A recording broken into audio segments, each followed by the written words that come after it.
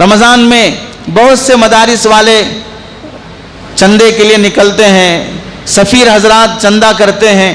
اس میں سے اچھے لوگ بھی ہیں، برے لوگ بھی ہیں۔ اچھے لوگوں کو تلاش کر کے ہمیں پہنچانا ہماری ذمہ داری ہے، برے لوگوں سے بچنا اور انہیں نہ دینا بھی ہماری ذمہ داری ہے۔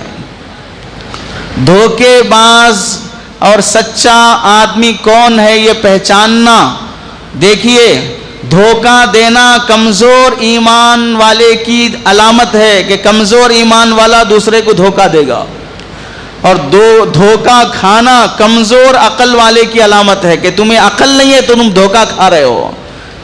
ایمان ہو سکتا ہے مضبوط ہو، اللہ کے نبی نے فرمایا مسلمان نہ دھوکہ دے گا نہ دھوکہ کھائے گا۔ دھوکہ دے رہا ہے تو کمزور ایمان ہے، دھوکہ کھا رہا ہے تو عقل ماری گئی ہے۔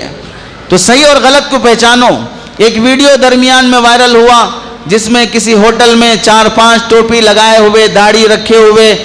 دن کے موقع پر چائے پی رہے ہیں اور ہنسی مذاق کر رہے ہیں، اور ہوٹل سے چائے پی کر بائک لے کر گھومنے پھرنے، پتہ نہیں وہ لوگ عام مسلمان ہیں یا کسی جگہ کے سفیر ہیں، روزہ رکھے بغیر اس طرح کا کام کر رہے ہیں۔ کوئی بھی ہو لیکن ہوا غلط کام۔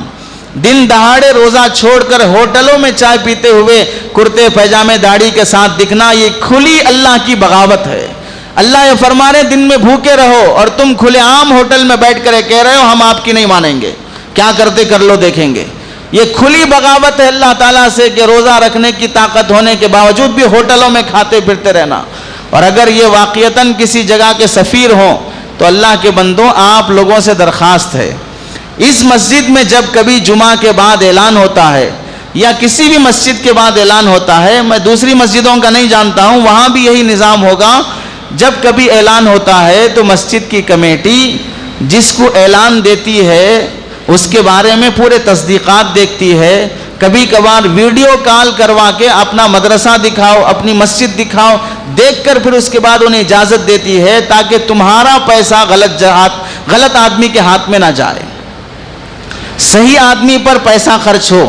اگر کہیں کسی مسجد کی کمیٹی اس اعتماد کے ساتھ تحقیق کرنے کے بعد پھر اجازت دیتی ہو تو آپ کی ذمہ داری کیا بنتی ہے؟ جس کے نام کا اعلان ہوا اس کو تعاون کرنا چاہیے۔ ایرا غیرہ کوئی بھی سیڑھیوں پر کھڑا ہو گیا، نہ اعلان ہے نہ تحقیق ہے نہ اس کی کوئی نسب ہے، جائز ہے ناجائز ہے، کہاں کی پیداوار ہے، کچھ معلوم نہیں ہے، دل بڑا ہے مسلمان کا، 56 انچ کا سینہ اس واسطے دیتے جا رہا ہے۔ کس کو دے رہا ہے معلوم ہی نہیں، کس کو دے رہا ہے، مسجد میں کس کی طرف کس کے لیے اعلان ہوا ہے۔ بھئی جب اعلان لینے والے کمیٹی کے پاس آ کر بار بار درخواست کرتے ہیں، تصدیق نامے دکھاتے ہیں، فون کرا کر بڑوں سے بات کرواتے ہیں، اعتماد دکھاتے ہیں، اتنا محنت کر کے اجازت لینے کے بعد ان کو چندہ نہیں دیا جا رہا ہے، ایرا غیرہ کوئی بھی کھڑا ہو گیا سیڑھیوں کے پاس اور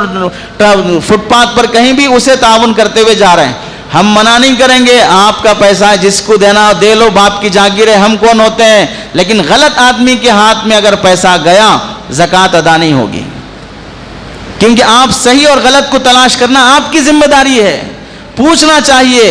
فقہا نے یہاں تک لکھا، اللہ کے بندوں اس سے تو سمجھو فقہا کتنی باریکی کے ساتھ لکھتے ہیں، اگر میں مسجد کا امام ہوں بالفرض، مجھے کوئی آدمی صدقے کے پیسے، فطرے کے پیسے، زکوٰۃ کے پیسے لا کر دینا چاہ رہا ہو اور میں زکوٰۃ کا مستحق نہیں ہوں تو فقہا لکھتے ہیں اس پر واجب ہے یہ بول دے کہ میں زکوٰۃ کا مستحق نہیں ہوں، یہ بولنا مجھ پر واجب ہے۔ آپ بتاؤ ایک مسجد کے امام کے بارے میں فقہا یہ لکھتے ہیں تو فقیروں کے بارے میں کیا حکم ہوگا؟ تو کیسے تحقیق کیے بغیر ہم دے دیں گے کہ بھئی یہ جائز ہے ناجائز ہے، صحیح ہے غلط ہے؟ اس واسطے اس کا لحاظ رکھو کہ جہاں دینا ہے وہیں دیا جائے، جہاں نہیں دینا ہے اس سے بچنے کی کوشش کی جائے۔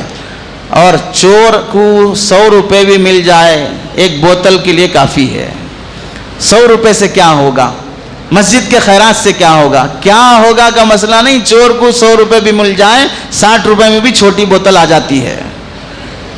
تو شرابی کو پلاؤ، دیتے رہو، اور پھر بولو مسلمان دیکھو بھیک مانگتے ہیں فلاں کرتے ہیں، بھیک تو تمہیں نے تو دیا ہے،